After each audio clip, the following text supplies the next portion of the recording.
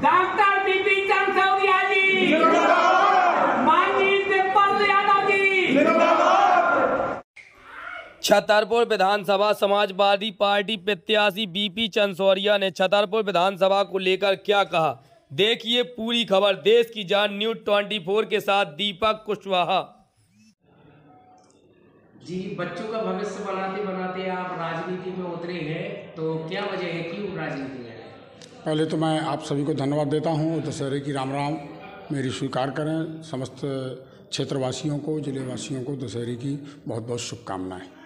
अब आपका क्वेश्चन है कि शिक्षक होते हुए आप राजनीति में क्यों आए। देखिए, शिक्षक एक ऐसा पद है, जिम्मेवारी है कि हमारे ऊपर पूरा कोई भी परिवार होता है तो जो अपने घर का चिराग होता है वो हमारे ऊपर सौंप देता है, और हमारी जिम्मेवारी होती है कि हम उसको कैसे बनाएं और बना करके कैसे उसको माने घर के लिए एक ऐसा दीपक बना दें कि जो घर में उजियारा करता है। वो काम हमने 37 साल किया है। अब हमने ये देखा कि जब भी कोई जो सामाजिक काम हमने किए तो अभी तक व्यक्तिगत खर्चे पर किए, व्यक्तिगत पैसे पे किए, लेकिन कुछ बड़ी योजनाएं अगर लागू करना है तो बिना शासन के सहयोग से हम कोई भी कार्य नहीं कर सकते। तो हमने सोचा कि जैसे मान लीजिए शहर का हम देख रहे हैं, क्योंकि शहर में बहुत लंबे समय से रह रहा हूँ मैं, कि यहाँ के जो जन नेता हैं, जनप्रतिनिधि होते हैं, तो चुनाव जीतने के बाद जो भी वादा करते हैं उन पर वो अमल नहीं कर पाते हैं, क्योंकि वो अपने कार्य में व्यस्त हो जाते हैं, अपने बिजनेस में व्यस्त हो जाते हैं। क्योंकि मैं अपनी पारिवारिक जिम्मेवारियों से फुर्सत हो चुका हूँ, कोई भी जिम्मेवारी मेरी शेष नहीं है, तो मैंने अपना धार्मिक कार्यों में और अपना मन लगाए रहा, अपना बच्चों को पढ़ाता रहा। अब मेरे सामने आता है कि जनप्रतिनिधि क्यों बनना चाहते हैं। तो शहर की स्थिति आपने देखी है कि शहर से हमारी ऐसी 8-10 योजनाएं हैं जो चली गई और हमारे जनप्रतिनिधियों ने उस विरासत को नहीं बचा पाई। जैसे नंबर 1 इंटरनेशनल हवाई अड्डा, नंबर 2 आपका NTPC, नंबर 3 महाराजा कॉलेज का अस्तित्व, नंबर 4 मेडिकल कॉलेज, नंबर 5 आपका ANI सेंटर, नंबर 6 आपका आकाशवाणी, नंबर 7 आपका रैन बसेरा। इसके बाद विश्वविद्यालय का जो काम है वो अभी तक शुरू ना होना, नंबर 9 आपका ओवरब्रिज। इस प्रकार से और अन्य सारी व्यवस्थाएं आपकी यहाँ शहर से जा चुकी हैं। तो जो अगर जनप्रतिनिधि इन पर विरोध करते और ताकत के साथ शासन के सामने अपना पक्ष रखते तो शायद ये जन योजनाएँ हमारी यहाँ से विरासत न जाती।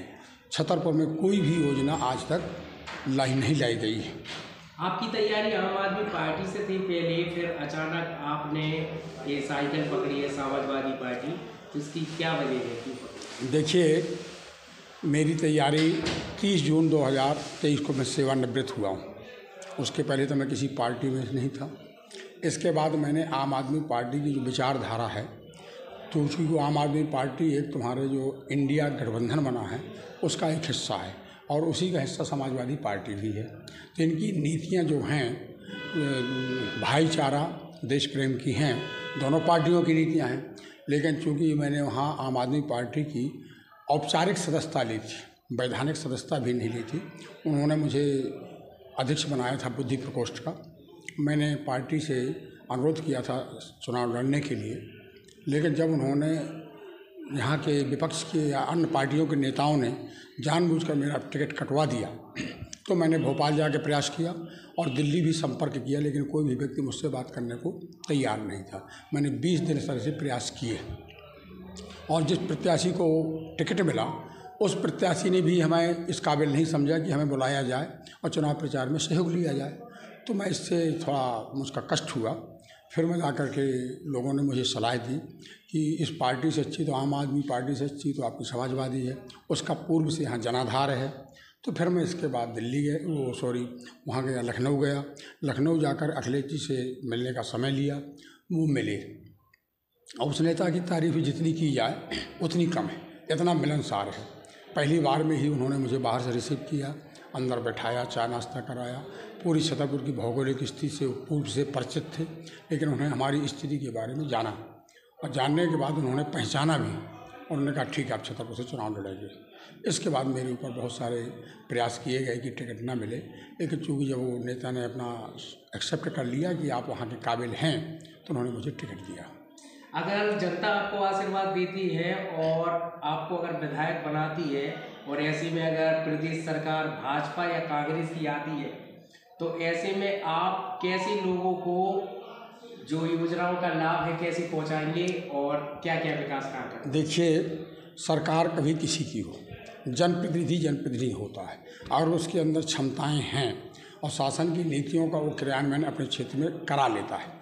ऐसा नहीं होता कि जिसकी सरकार हो, अगर मान लो 230 विधायक हैं और 230 विधायक ही एक ही पार्टी की आ जाए, तो ऐसा होता ही नहीं है।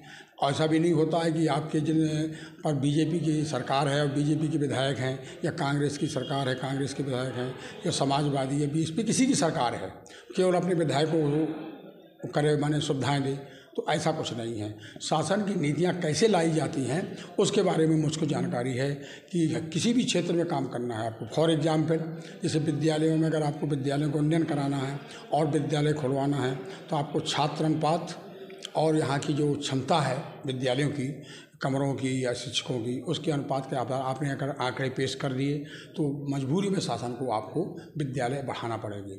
दूसरा, अगर आपकी सड़कों की स्थिति खराब है और शहर की आपकी जो जनसंख्या है उसका आपने घनत्व निकाला और उसमें नियम होता है कि इतने घनत्व में आपकी इतनी चौड़ी सड़क होगी, इतनी जनसंख्या है तो फिर इतनी चौड़ी होगी, इतनी लंबाई होगी, इतनी कच्ची सड़कें होंगी, इतनी पक्की होंगी, ऐसे WBM होंगे।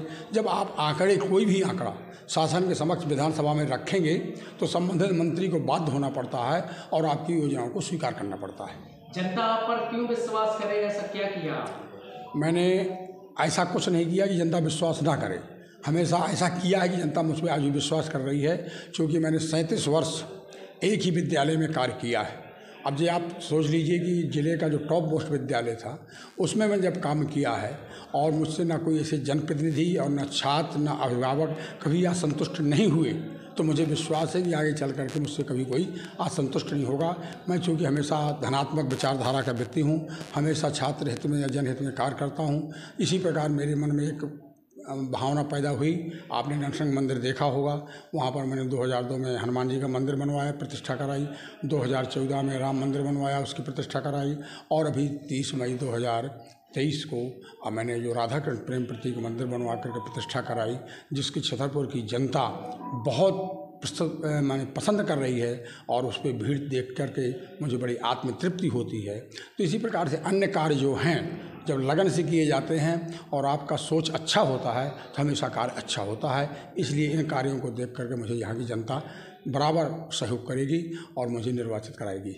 क्या आपके राष्ट्रीय अध्यक्ष का भी यहाँ पे कोई कार्यक्रम होगा? जी, उन्होंने मुझसे आश्वासन दिया है कि मैं वहाँ पर आकर के रथ भी लाऊंगा और 2 दिन प्रारंभ में और 1-2 दिन बाद में पूर्ण सहयोग करूंगा और जनता के समक्ष जाऊंगा और आपके लिए वोट मांगूंगा।